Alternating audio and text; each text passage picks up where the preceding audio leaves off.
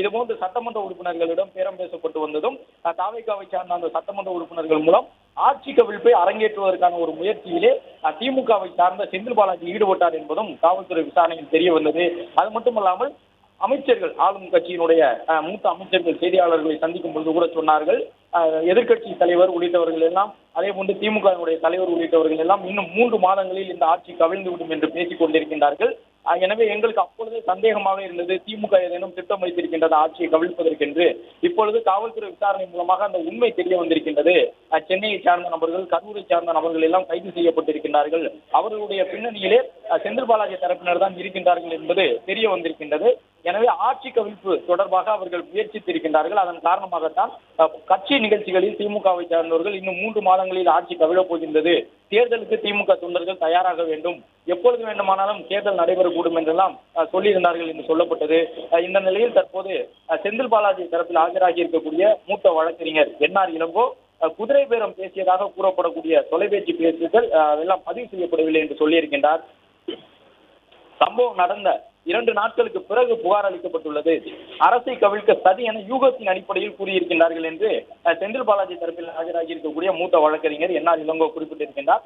சபாநாயகருக்கு எதிரான தீர்மானத்தை ஆதரித்தால் அரசு கவிழாது என்ற ஒரு கருத்தையும் அவர் சொல்லி இருக்கின்றார். சபாநாயகருக்கு அனைத்து கட்சியினரும் ஆதரவளித்தனர். தற்போது சட்டமன்ற உறுப்பினர்கள் ராஜினாமா செய்து வருகின்றார்கள். அசோக்குமார் தான் தூண்டினார் என குற்றம் சுமத்தி இருக்கின்றார்கள். திருநாவுக்கரசு ஈரோட்டில் இருந்த நாளில் அசோக்குமாரும் இருந்தார் என்பதை தவிர வேறு எதுவும் இல்லை. அதாவது இந்த வழக்கில் கைது செய்யப்பட்ட திருநாவுக்கரசு செந்தில் பாலாஜி சகோதரருடன் நெருக்கமாக இருந்தவர் என்ற அடிப்படையில் காவல்துறை ஒரு தகவலை சொல்லியிருந்தார்கள். அதை சுட்டிக்காட்டி இருக்கக்கூடிய திமுக வழக்கறிஞர் சம்பவம் நடந்த நாளில் 2 பேரும் ஒன்றாக இருந்தார்கள் என்பதை தவிர்த்து வேறு எதுவுமே சாட்சியங்கள் இல்லை என்று கூறியிருக்கின்றார்கள். இருவரும் சந்தித்தார்களா என்பது கூட சந்தேகத்திற்கிடமான ஒன்றுதான் என்ற ஒரு கருத்தையும் சொல்லியிருக்கின்றார்கள். அது மட்டுமல்லாமல் கரூர் சம்பவம் இடைத்தேர்தல் நடக்க உள்ள நிலையிலே இடைத்தேர்தலில் கட்சிக்காக பணியாற்றுவதை தடுப்பதற்காக அந்த வழக்கு பதிவு செய்யப்பட்டிருக்கின்றது என்ற ஒரு கருத்தையும் சொல்லியிருக்கின்றார்கள். இடைத்தேர்தல் விரைவில் நடைபெற இருக்கின்றது. அந்த இடைத்தேர்தலில் கரூர் உள்ளிட்ட தொகுதிகளில் எல்லாம் தேர்தல் நடைபெற உள்ள நிலையில் தான் கட்சிக்காக பணியாற்றுவதை தடுக்க வேண்டும் என்ற நோக்கில் செந்தில் பாலாஜிக்கு எதிராக இந்த வழக்கு பதிவு செய்யப்பட்டிருக்கின்றது. விசாரணைக்கு ஒத்துழைப்பதற்கு நாங்கள் தயாராக இருக்கின்றோம் என்ற ஒரு கருத்தையும் சொல்லியிருக்கிறார்கள்.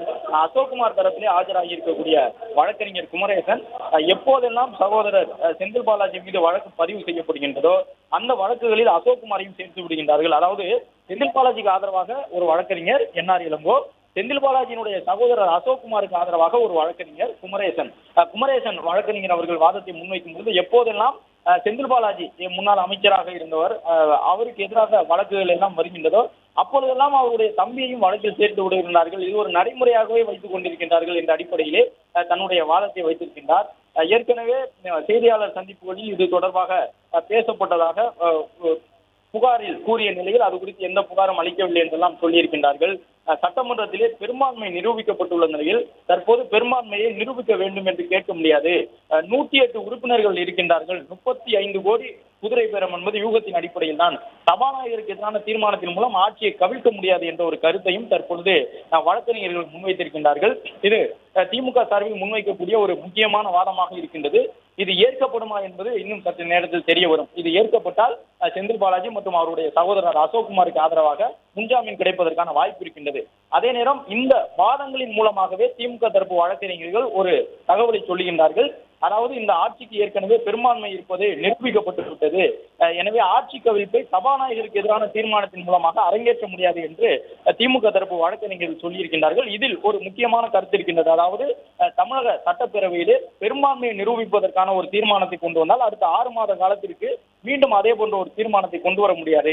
அப்போது இருக்கக்கூடிய வாய்ப்பு என்னவென்றால் எதிர்த்தரப்பினர் ஆட்சியை கவிழ்க்க நினைத்தால் சபாநாயகருக்கு எதிராக ஒரு தீர்மானத்தை கொண்டு வருவார்கள்.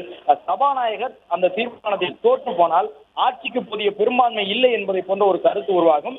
இந்த ஆட்சியினுடைய அங்கமாக சட்டப்பேரவைக்குள் இருக்கக்கூடியவரே தன்னுடைய பெரும்பான்மையை நிரூபிக்க முடியாமல் இருக்கின்றார். எனவே ஆட்சி எப்படி இருக்கும் என்பதை மக்கள் உணர்ந்து கொள்ள வேண்டும் என்று மக்கள் மன்றத்திலே வாதங்களை முன்வைப்பார்கள். அதன் காரணமாகத்தான் இதுபோன்று சபாநாயகருக்கு எதிரான தீர்மானத்தை கொண்டு வருவார்கள். நேரடியாக ஆட்சியை கவிழ்க்க முடியாது என்றாலும் இந்த ஆட்சி ஒரு பெரும்பான்மை ஆட்சி என்ற ஒரு தோற்றத்தை, குறிப்பாக இடைத்தேர்தல் நடைபெறும் காலத்தில் அது போன்ற ஒரு தோற்றத்தை ஏற்படுத்துவதற்காக எதிர்க்கட்சிகள் முயலக்கூடும். அதைத்தான் இப்பொழுது திமுக தரப்பு வழக்கறிஞர்கள் வாதத்தின் மூலமாக உணர்ந்து கொள்ள முடிகின்றது.